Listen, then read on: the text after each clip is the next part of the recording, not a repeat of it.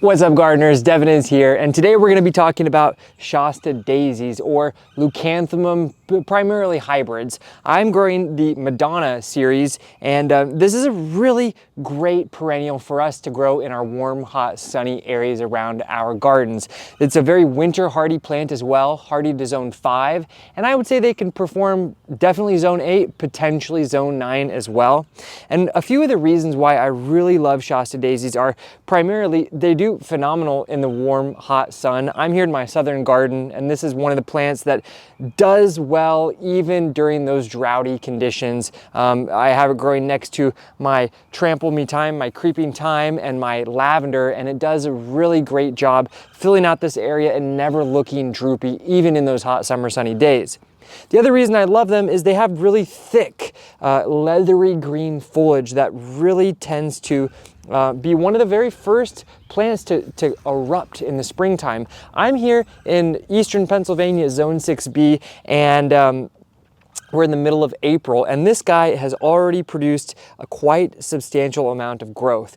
Back around March 15th, I cut this plant back all the way down to nothing. I've had these growing here for the last 2 years, and so pretty much right around the first day of springtime, I'll take some clippers and I'll just shave it back all the way and allow it to create new fresh foliage.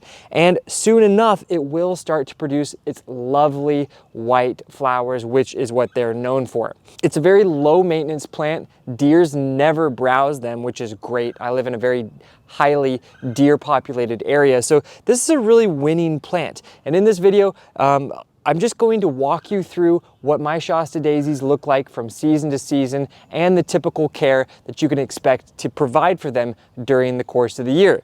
I also find that this is a plant that really doesn't need much fertilizer. I've never fertilized these. I have decent soil here. It's definitely a base of clay underneath, but I've got a few inches of decent topsoil, and that is absolutely providing enough nutrition to keep my plants growing well and producing their lovely flowers.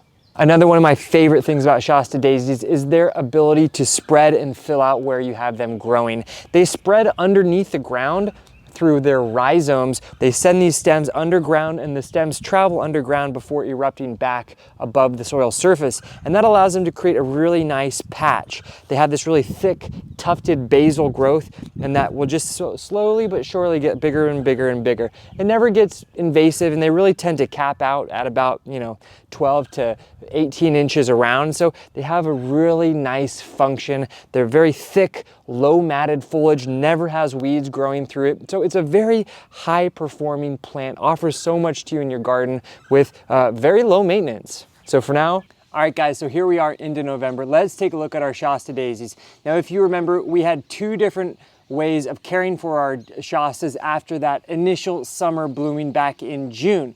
One version we cut all the way back to the ground. The other version we simply deadheaded the old flowers, we allowed some of that basal growth to remain intact on the plant.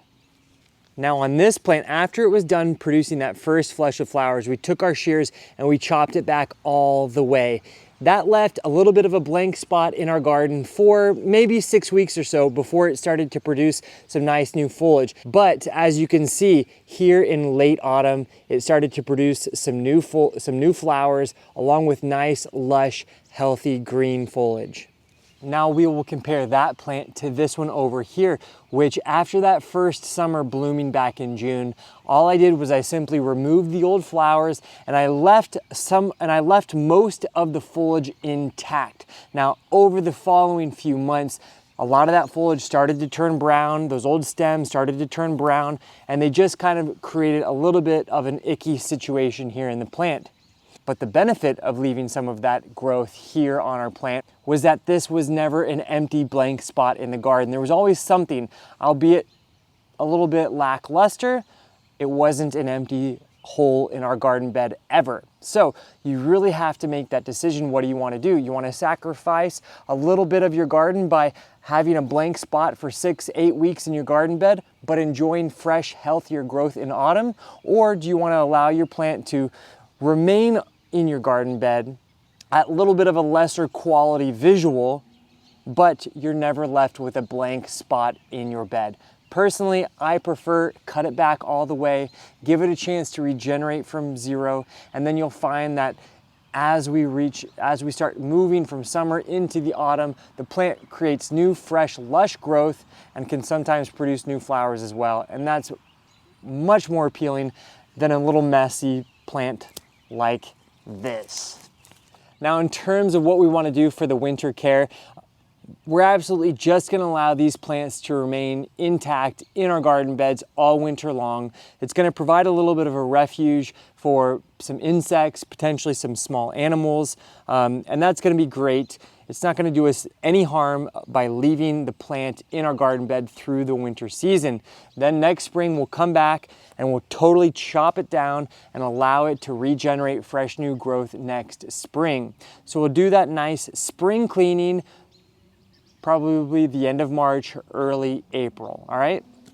One of my favorite things about the Shasta Daisies is that they spread rhizomatically, which means underground they produce rhizomes that will start to kind of create bigger areas, allowing them to fill out in your garden bed quite nicely. And they have this really nice, dense, lush basal growth, which creates a really wonderful appeal in the garden, particularly when it looks lush. And that's just another reason why I like to cut it back after they've finished blooming in June to allow them to regenerate that nice, lush, dense growth. And it also gives it an opportunity to actually spread more when you chop it back all the way.